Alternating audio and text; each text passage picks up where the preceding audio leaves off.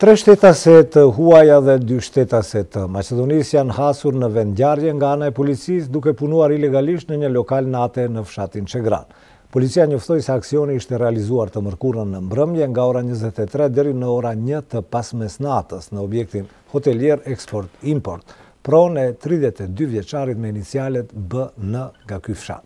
Aksioni është realizuar me urdhër të gjykatës.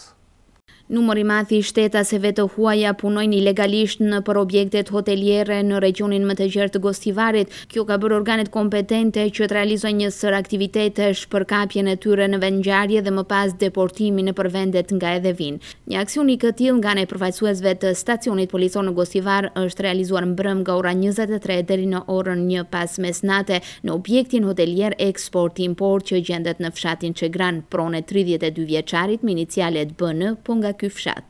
Kontrolli në këtë objekt është realizuar me urdhëres gjyqësore dhe me këtë rast janë hasur 3 shtetase të huaja, 2 nga Kosova dhe 1 nga Shqipëria të moshës 30, 33 dhe 34 vjeçare, të cilat në mënyrë jo legale kanë punuar si këngëtare, ndërsa njëra prej tyre ka qëndruar në këtë lokalitet e pa paraqitur as pak në organet kompetente. Në këtë aksion janë kapur edhe 2 vajza të tjera, njëra nga Tetova dhe tjetra nga Shkupi, të moshës 33 dhe 22 vjeçare. Shtetaset e huaja janë arrestuar dhe mbajtur në stacionin policor në Gostivar, ndërsa sot janë dorëzuar njësisë për krim ndërkufitar, ndërka shtetaset tona janë lëshuar gjatë ditës së sotme, menjëherë pasi që është bërë identifikimi i tyre. Organet e rendit janë duke punuar në drejtim të zbardhjes së të gjitha rrethanave që kanë të bëjnë me punën ilegale të shtetaseve të huaja dhe kundrejt tyre do të pasojnë parashtresa adekuate penale. Ndryshe, gjatë 2 muajve të fundit, ky është aksioni 6 me radhë që realizojnë organet policore të Gostivarit me qëllim të kapjes së shtetaseve të huaja që punojnë në për objektet hoteliere të qytetit ton bashkë me rrethin si këngëtare, valltare apo kamariere.